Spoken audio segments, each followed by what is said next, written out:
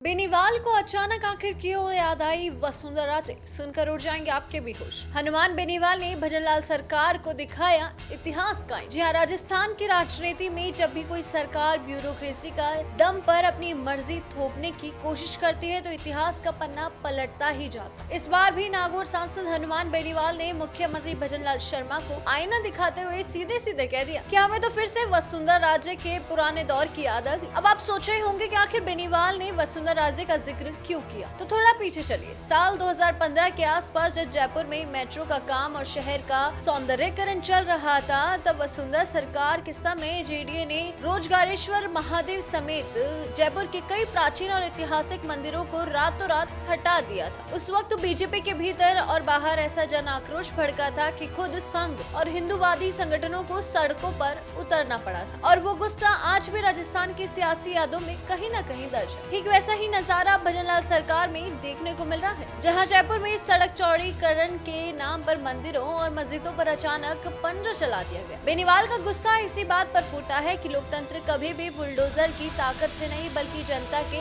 आपसी विश्वास से चलता है। उनका साफ कहना है कि अगर विकास के लिए किसी धार्मिक स्थल को हटाना बेहद जरूरी भी है तो भारी पुलिस फोर्स तैनात करके सीधे तोड़फोड़ करने के बजाय वहाँ के धर्म गुरुओं और स्थानीय समाज के साथ बैठकर तसल्ली से संवाद करना चाहिए था। लेकिन यहाँ तो संवाद की जगह तानाशाही रवैया अपनाया गया, और ऊपर से पूरे इलाके में धारा 163 लगाकर मोबाइल का इंटरनेट भी बंद कर दिया गया। इंटरनेट बंदी पर बरसते हुए बेनीवाल ने आमजन का दर्द भी बयां किया कि इस डिजिटल युग में नेट बंद होने से कोई नेता भूखा नहीं मरता, बल्कि समाज के सबसे गरीब तबकों की ही कमर टूटती है। डिजिटल पेमेंट ठप होने से छोटे दुकानदार और सब्जी वालों का धंधा चौपट हो जाता है, तो वहीं ओला, उबर और जोमेटो, स्विगी चलाने वाले हजारों युवाओं की दिहाड़ी मारी जाती है। बेनीवाल ने तो गृह मंत्रालय की रिपोर्ट का हवाला देते हुए यहाँ तक तंज कस दिया कि आतंकवाद प्रभावित जम्मू कश्मीर के बाद राजस्थान पूरे देश में सबसे ज्यादा इंटरनेट बंद करने वाला राज्य बन चुका है, जो सरकार के सुशासन के दावों पर एक बड़ा सवालिया निशान है। अब इस पूरे मामले में बेनीवाल ने न सिर्फ बीजेपी सरकार को ही घेरा बल्कि मुख्य विपक्षी पार्टी कांग्रेस को भी आड़े हाथों ले लिया। उन्होंने गंभीर सवाल उठाया कि जो कांग्रेस नेता सालों से अल्पसंख्यक वर्गों के वोटों पर अपनी सियासत चमकाते आई है, वो आखिर आज इस तोड़फोड़ पर रहस्यमयी चुप्पी क्यों साधी हुई है। क्या संवेदनशील धार्मिक मामलों में बीजेपी और कांग्रेस के शीर्ष नेताओं के बीच अंदरूनी मौन सहमति हुई है या कोई फिक्सिंग हो चुकी है। निष्कर्ष यही है कि बेनीवाल ने इस कड़क बयान के जरिए भजनलाल सरकार को साफ चेतावनी दी है कि ब्यूरोक्रेसी के